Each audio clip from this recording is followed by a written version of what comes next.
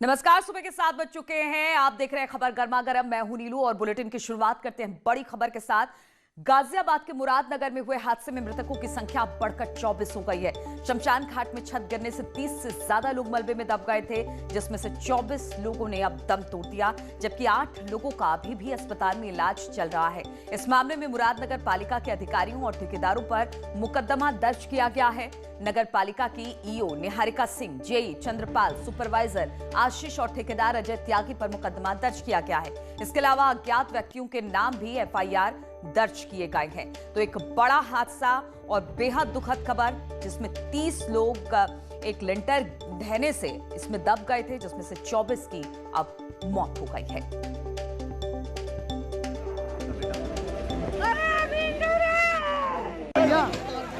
एक टूटेगा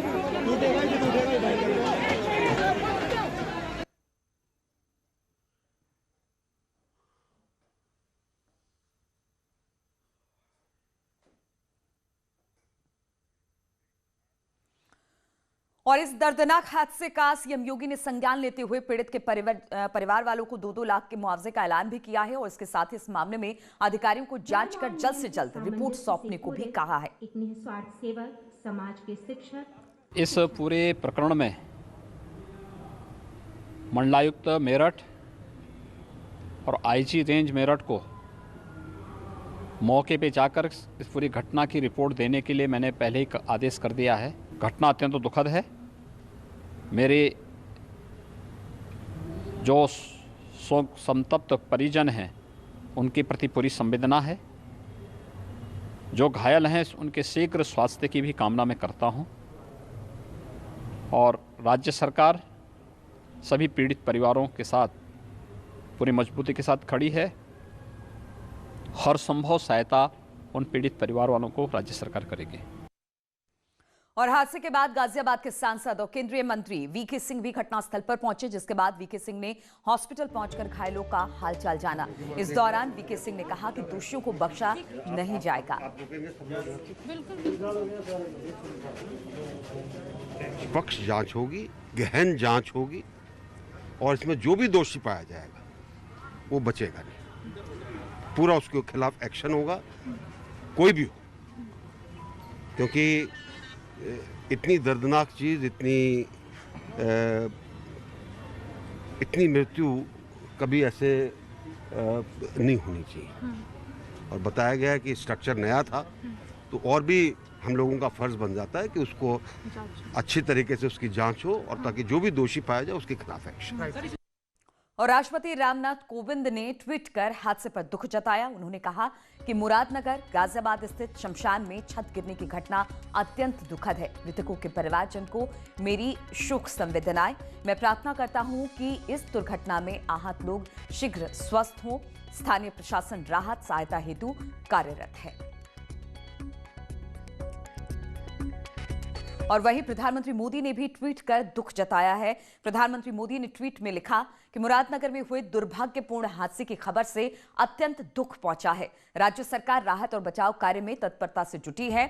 इस दुर्घटना में जान गंवाने वालों के परिजनों के प्रति संवेदना प्रकट करता हूं। साथ ही घायलों के शीघ्र स्वस्थ होने की कामना करता हूं।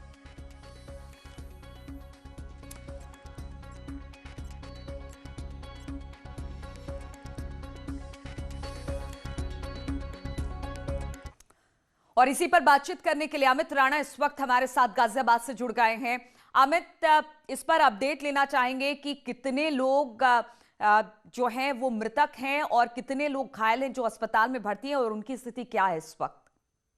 जी, आपको बताना चाहूंगा, कल हुए हादसे में अब तक कुल 25 लोगों की मौत हो चुकी है, जबकि 18 लोगों का भी इलाज चल रहा है, जिनमें से 8 लोगों की जो हालत है वो गंभीर बताई जा रही है। इस पूरे मामले में मुकदमा भी दर्ज कराया गया है मृतक के बेटे की तरफ से। उस मुकदमे में नगर पालिका की EO Niharika Singh, JE Chandrapal, supervisor Ashish, ठेकेदार अजय त्यागी और अन्य अज्ञात व संबंधी अधिकारी के खिलाफ मुकदमा दर्ज कराया गया है। धारा 304, 337, 338 के तहत मुकदमा दर्ज कराया गया है और ये भी कहा गया कि जल्द से जल्द इनकी गिरफ्तारी भी हो। हालांकि जो ठेकेदार है वो भी मौके से फरार है, जिसकी तलाश में पुलिस द्वारा दबिश भी दी जा रही है। लेकिन एक बड़ा हादसा हुआ जिसमें कि 25 लोगों की मौत हो गई और तब जबकि अभी 18 लोग अभी भी अस्पताल में भर्ती, जिनमें से 8 की हालत नाजुक बताई जा रही है।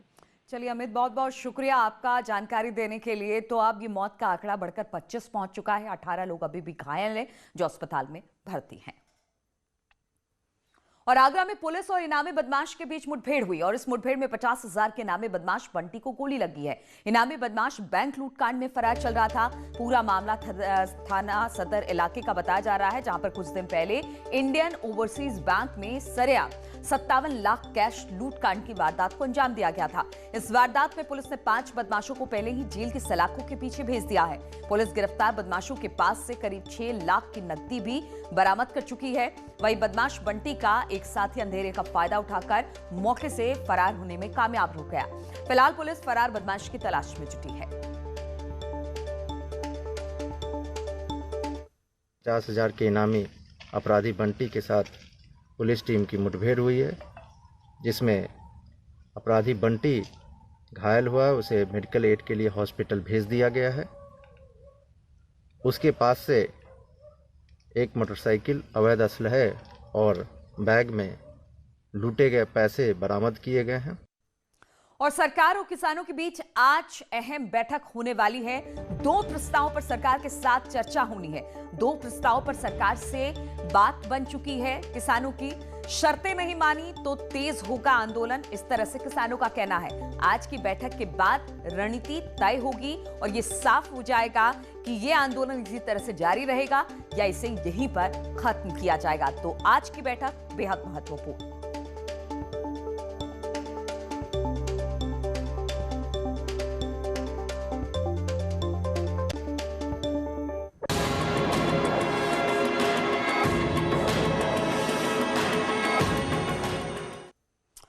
और अब बात ठंड के प्रकोप की कर लेते हैं। तो पहाड़ों पर हुई बर्फबारी का असर अब मैदानी इलाकों पर भी देखने को मिल रहा है।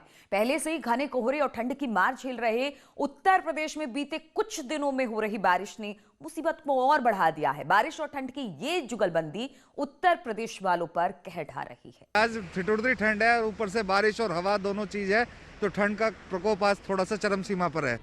ठंड के चलते लोग घरों में दुबके हुए हैं और जरूरी काम होने पर ही बाजारों का रुख कर रहे हैं।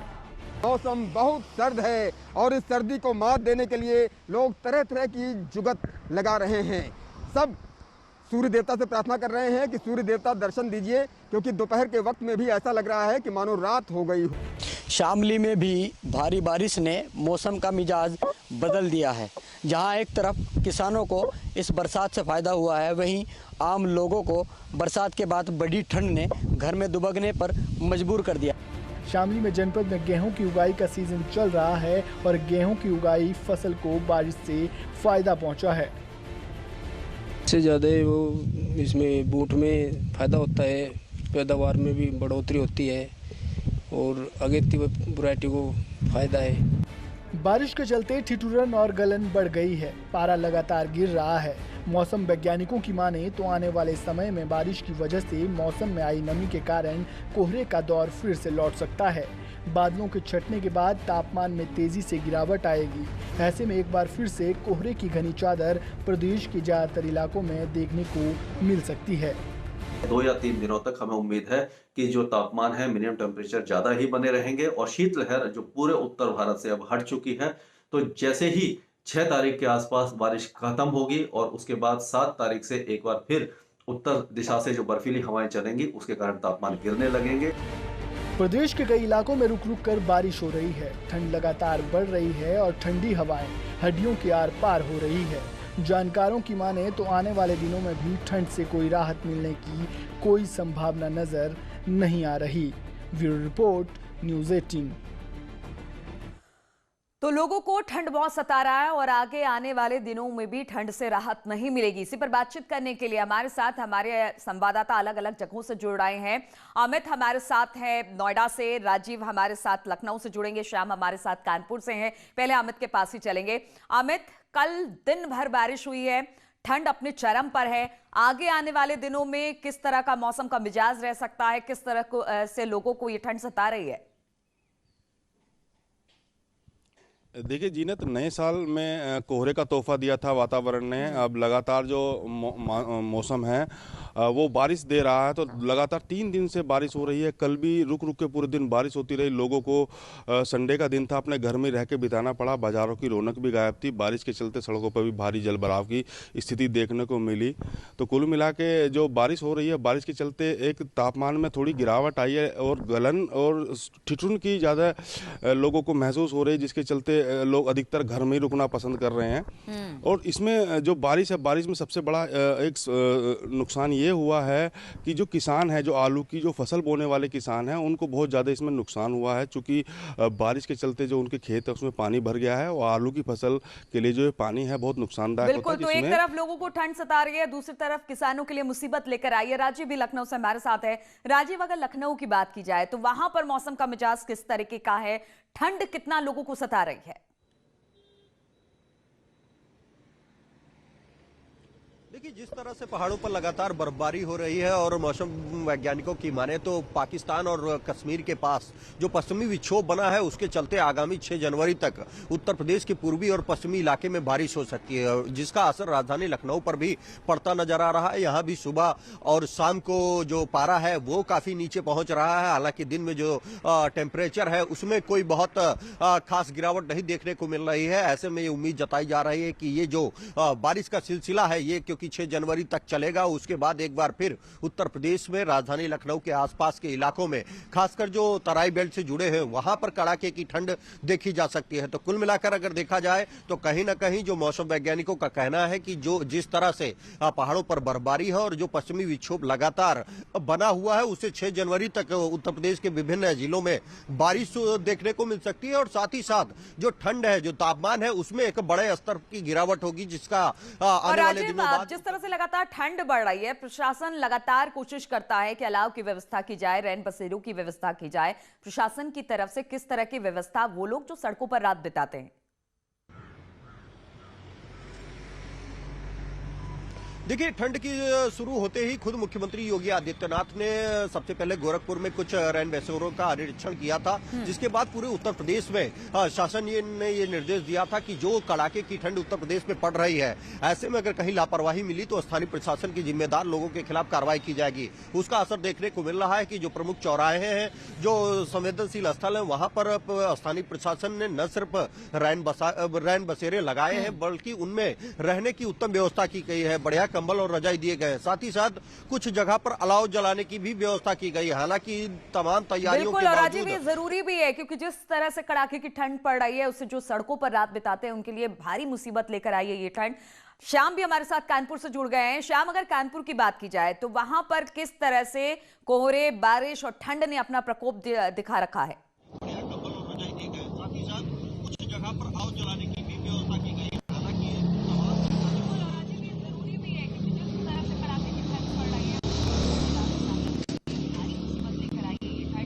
श्याम भी हमारे साथ कानपुर से जुड़ गए हैं। श्याम, अगर कानपुर की बात की जाए तो वहां पर किस तरह से कोहरे, बारिश और ठंड ने अपना प्रकोप दिखा रखा है?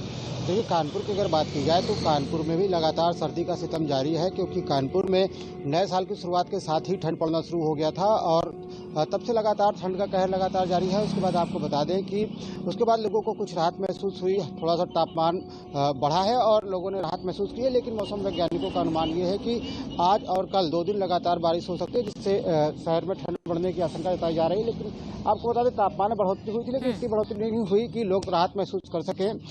लोग घरों में दुबके हुए हैं, जिनको बहुत जरूरी काम है वही घरों से बाहर निकल रहे हैं। जिसको बहुत जरूरी काम है वही बाहर निकल रहे हैं, वरना इस ठंड में वो बच रहे हैं कि बाहर जाने से। बहुत बहुत शुक्रिया आप सभी का हमारे साथ जुड़ने का। ब्रेक के बाद एक बार फिर से आप सभी का स्वागत है। सीएए के खिलाफ हिंसक प्रदर्शन में शामिल रहे आरोपियों के खिलाफ इस साल भी कार्रवाई जारी रहेगी। तमाम ऐसे मामले हैं जिनमें आरोपियों की अब तक गिरफ्तारी नहीं हुई है। इन मामलों में इस साल की सख्ती बरतेगी पुलिस। नवंबर-दिसंबर 2019 में उत्तर प्रदेश के 21 जिलों में सीएए के खिलाफ हिंसक प्रदर्शन हुए थे। ADG law and order Prashant Kumar का कहना है कि इस साल भी इन मामलों में फरार आरोपियों की गिरफ्तारी, मुकदमों में चार्जशीट और तोड़फोड़ की रिकवरी की प्रक्रिया जारी रहेगी। लेकिन बड़ी संख्या में हमने लोगों के खिलाफ चार्जशीट भी लगाई है, बहुत सारी विवेचनाएं पेंडिंग भी हैं और वो हम गुण और दोष के आधार पे कार्रवाई कर रहे हैं। इन सभी की मॉनिटरिंग प्रत्येक जनपद में एक SIT का गठन किया गया था, जो साक्ष्यों के आधार पर जो वहाँ वीडियो फुटेजेस मिले थे या ड्रोन से जो हम लोगों ने फोटोग्राफी कराई थी, उसके बेसिस पे हम ऐसे उपद्रवियों को पहचान कर रहे हैं। पश्चिम के कुछ जनपदों में ऐसे भी तथ्य प्रकाश में आए थे कि लोग बाहर के जनपदों से आके, दिल्ली से आके इस तरह की गड़बड़ी फैला रहे थे, तो इन लोगों के विरुद्ध कार्रवाई की जाएगी। और मथुरा में स्कॉलरशिप घोटाले में जिला समाज कल्याण अधिकारी के निलंबन के बाद अब घोटाले में शामिल लोगों के खिलाफ FIR दर्ज की गई है। मथुरा में स्कॉलरशिप घोटाले में जिला समाज कल्याण अधिकारी के निलंबन के बाद अब घोटाले में शामिल लोगों के खिलाफ FIR दर्ज की गई है। यहां स्कॉलरशिप के नाम पर 23 करोड़ रुपए की अनियमितता हुई। जांच में गबन की पुष्टि होने के बाद घोटाले में शामिल सभी 66 अधिकारियों, कर्मचारियों और संस्थाओं के खिलाफ FIR दर्ज की गई है। वर्ष 2015-16 से 2019-20 के मध्य निजी ITI संस्थानों व शिक्षण संस्थानों द्वारा की गई छात्रवृत्ति व शुल्क प्रतिपूर्ति अनियमितता व घोटाले के संबंध में दोषी अधिकारियों, कर्मचारियों व 62 शिक्षण संस्थाओं व ITI संस्थानों के विरुद्ध वर्तमान जिला समाज कल्याण अधिकारी द्वारा थाना सदर बाजार पर एक अभियोग पंजीकृत कराया गया है। बीजेपी विधायक पूरन प्रकाश ने सदन में इस फर्जीवाड़े के मामले को उठाया था, जिसके बाद सीएम योगी ने सख्ती दिखाते हुए जांच के आदेश दिए थे। जांच समिति ने पाया कि उन छात्रों को भी स्कॉलरशिप मिल गई जिन्होंने पढ़ाई पूरी नहीं की। इतना ही नहीं, फंड डकारने के लिए फर्जी सर्टिफिकेट के आधार पर सीट से अधिक एडमिशन हुए। फर्जीवाड़े में शामिल निजी कॉलेजों को अब ब्लैकलिस्ट करने की तैयारी चल रही है। पीलीभीत में खेत की मेड़ को लेकर हुए विवाद में गांव के दबंगों ने रंजिशन महिला के घर में घुसकर पीड़िता और उसकी बेटी के साथ जमकर मारपीट की। वहीं मौके की सूचना पर पहुंची पुलिस ने घायल महिला को इलाज के लिए CSC में भर्ती करा दिया है, जहां पर उसको प्राथमिक उपचार के बाद गंभीर हालत में जिला अस्पताल रेफर कर दिया गया। वहीं पुलिस ने परिजनों की तहरीर के बाद फरार आरोपियों की तलाश शुरू कर दी है। तो इसी के साथ इस बुलेटिन में फिलहाल इतना ही। रुकेंगे छोटे से ब्रेक के लिए। ब्रेक के बाद उत्तराखंड की खबर।